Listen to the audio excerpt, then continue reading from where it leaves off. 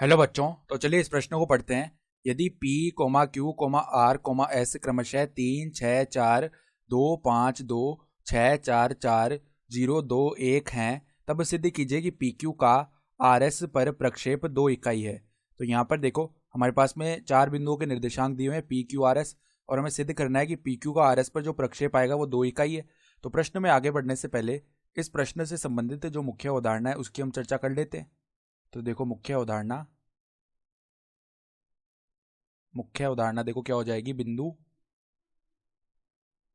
बिंदुओं x1, y1, z1 व x2, y2, z2 को मिलाने वाले रेखाखंड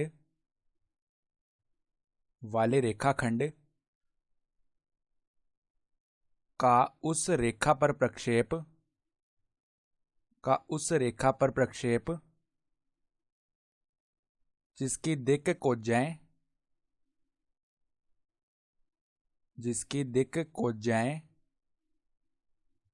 L, M, N हो।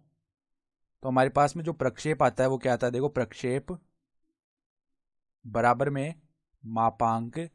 मापांक L गुणा x2 माइनस x1 प्लस में M गुणा y2 माइनस y1 प्लस में N गुणा z2 माइनस z1, ये आता है प्रक्षेप। ठीक है, तो अब देखो हमें क्या करना है, PQ का RS पर प्रक्षेप निकालना है। तो P और Q बिंदु के निर्देशांक तो है ही है, यानी x1 y1 z1 और x2 y2 z2 के मान तो है ही है।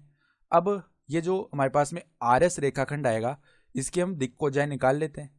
तो दिक् कोजाएं निकालने के लिए पहले दिक् अनुपात निकालने पड़ेंगे। ठीक है, तो दिक् अनुपात लिख लेते हैं। देखो, दिक् अनुपात तो हम निकाल सकते हैं सीधा ही, A बराबर में लिखें तो x2 माइनस x1 से आ जाएंगे दिक् अनुपात, यानी कि 0 माइनस 6 तो माइनस का 6 हो गया। B बराबर में देखो y2 माइनस y1 यानी कि 2 माइनस 4 माइनस का 2 आ जाएगा। RS के लिए निकाल रहे हैं RS के दिक् अनुपात। फिर देखो C बराबर में 1 माइनस 4 यानी कि माइनस का 3 आ जाएगा।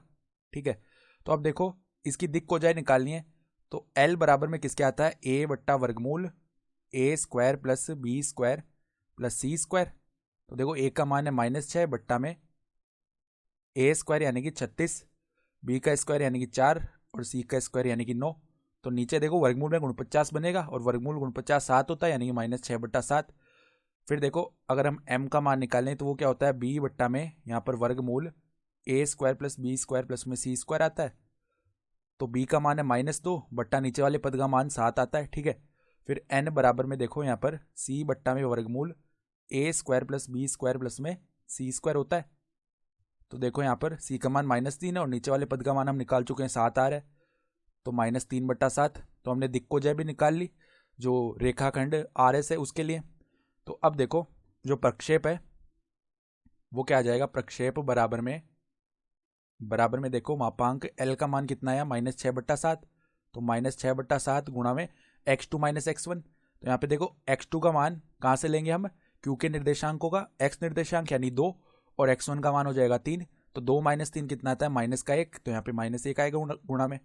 फिर देखो प्लस में M का मान कितना निकाला हमने, -2 बट्टा 7। तो यहाँ पे माइनस में देखो 2 बट्टा 7 गुणा में क्या आ जाएगा, y2 माइनस y1 यानी कि 5 माइनस 6, तो यहाँ पे माइनस का 1 बन जाएगा। ठीक है, फिर देखो प्लस में n गुणा में आएगा, तो देखो यहाँ पे माइनस में 3 बट्टा 7 गुणा में z2 माइनस z1, इसका मान कितना है, 2 माइनस 4 यानी कि माइनस का 2, ये आएगा।